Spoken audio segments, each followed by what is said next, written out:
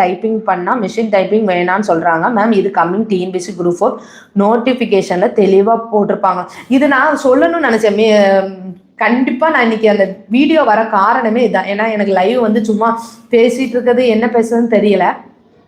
இன்னைக்கு வந்து சொல்ற விரும்புறது அதான். நம்ம இன்ஸ்டியூட்ல பொண்ணு வந்து ஒன்று சிஓஏ போகிறாங்க, ஓகேவாமா. சிஓஏ போகிற பொண்ணு வந்து டைப்பிஸ்டில் செலக்ட் ஆகிருக்காங்க, ஓகேவா. டைப்பிஸ்டில் செலக்ட் ஆனவங்க அவங்க வந்து ஜூனியர் அசிஸ்டண்ட்டுக்கும் இப்போ போகலாம் திங்கக்கிழமை அவங்களுக்கு இருக்குது. பட் ஆனால் என்னென்னா கோர்ட் வேக்கன்ட் இருக்குது.